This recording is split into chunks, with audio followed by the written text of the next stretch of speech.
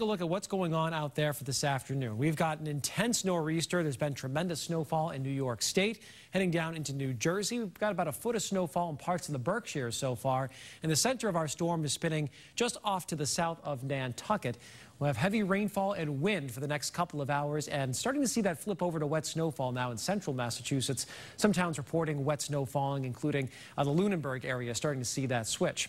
Now, the winds will be at their strongest through this afternoon and into this evening. Some gusts at the coast could exceed 60, even 70 miles per hour. Inland areas will be gusting 40 to 60 miles per hour. Tonight, the winds will come down just a little bit, but still very windy. They turn a little bit more north-northeasterly, and strong winds will linger across Cape Cod and the islands throughout the day tomorrow, still gusting up around 50 miles per hour at times.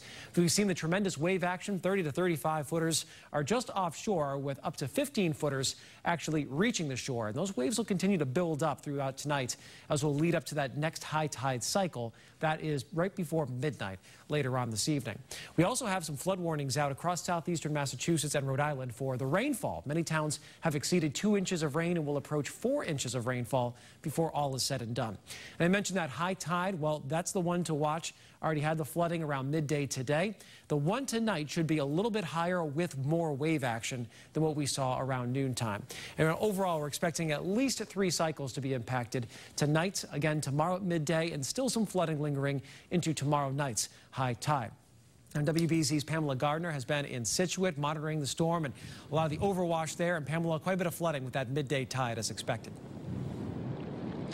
Yeah, exactly, Eric. And we watched the water start flooding 7th Avenue and Oceanside here 2 hours before high tide. We're a couple hours or so past high tide, and the water has still slowly been getting higher and higher. And the middle point of 7th Avenue, just a few houses down, the water is about waist deep. So this is the end of it. It's washing up a lot of debris and a lot of twigs, some trash here. But areas along Oceanside, Lighthouse Road, we'll be there a little bit later today to check out some of the damage. Unfortunately, getting lots of reports there from the floodwaters. Now, the big thing here in low-lying areas, the question, will this get out during low tide? Because if it does not, before the next high tide cycle, which is actually a little bit higher than what we experienced with this one, that could mean big trouble in stacking floodwaters, and that could be a real issue going into tomorrow. So fingers crossed here that the water gets out during these low tides. Eric?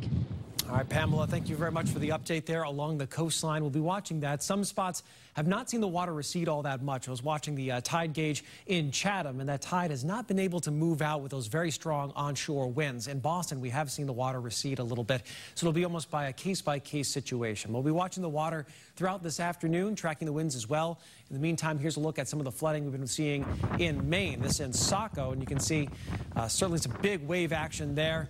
A lot of the dunes trying to be built up, trying to protect some of these homes from the rushing waters, and a higher tide expected tonight. We'll have another update coming up at the bottom of the hour here on WBZ.